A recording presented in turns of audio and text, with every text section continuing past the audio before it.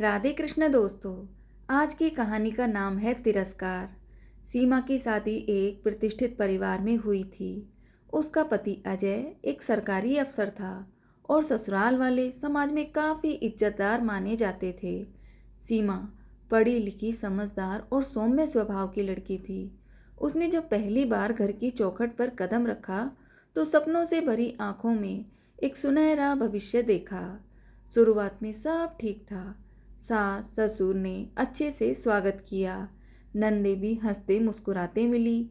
पर कुछ ही महीनों में सब कुछ बदलने लगा। शादी के 1 साल बाद जब कोई खुशखबरी नहीं आई तो सास की बातें बदलने लगी। ससुराल और अड़ोस पड़ोस में सब कहने लगे, डॉक्टर को दिखाया है कि नहीं, इतना समय हो गया, अब तो कोई उम्मीद होनी चाहिए थी। कहीं कोई दोस्त तो नहीं है सीमा में। शुरुआत में ये बातें इशारों में होती थी, फिर तानों में बदल गई। हर त्योहार हर रिश्तेदार की मुलाकात एक ही सवाल लेकर आती, कब सुना रही हो अच्छी खबर। अब सास हर बात में सीमा को कोसती।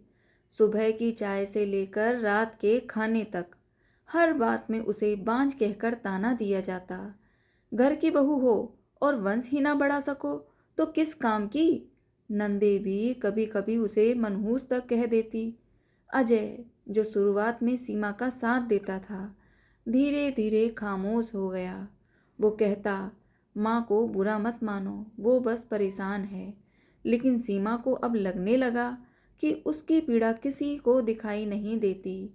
सीमा खुद को लेकर परेशान रहने लगी। वो डॉक्टरों के पास गई, तमाम टेस्ट करवाए।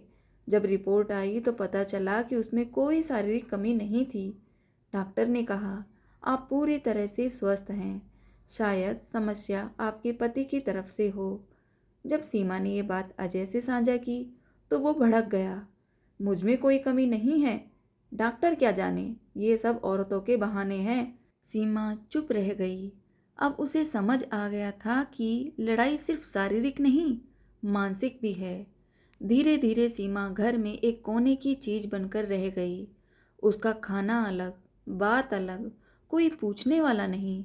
उसका सारा समय पूजा, किताबें और अकेलेपन में बीतने लगा।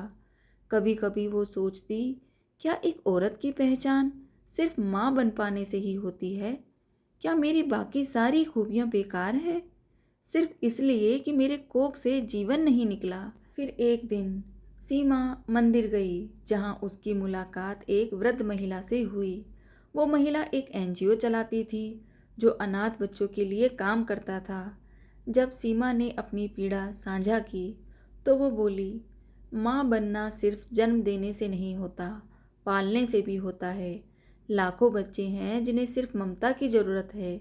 सीमा ने उस दिन पहली बार अपने भीतर एक नई रोशनी महसूस की।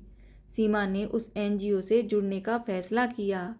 उसने धीरे धीरे घर से बाहर निकलकर समाज में काम करना शुरू किया।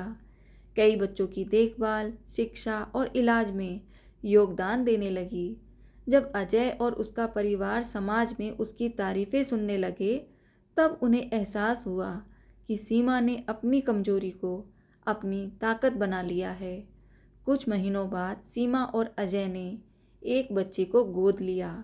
अब वही सास जो कभी उसे ताने देती थी, उस बच्चे को गोद में लेकर कहती, मेरी पोती है ये। सीमा मुस्कुराती, लेकिन अब उस मुस्कान में दर्द नहीं, आत्मविश्वास होता। उसे अब किसी के स्वीकार की जरूरत नहीं थी। सीमा ने खुद को स्वीकार कर लिया था। दोस्तों, औरत की पहचान सिर्फ माँ बनना नहीं होती। जब समाज ताने देता है तो अपनी राह खुद बनानी पड़ती है। माँ बनना ममता का भाव है, जन्म देने का कार्य नहीं। तो दोस्तों, आपको आज की कहानी कैसी लगी कमेंट में अपनी राय ज़रूर दें। धन्यवाद दोस्तों, मिलते हैं इसी तरह की दूसरी कहानी में। जय श्री राधे कृष्ण दोस्तों।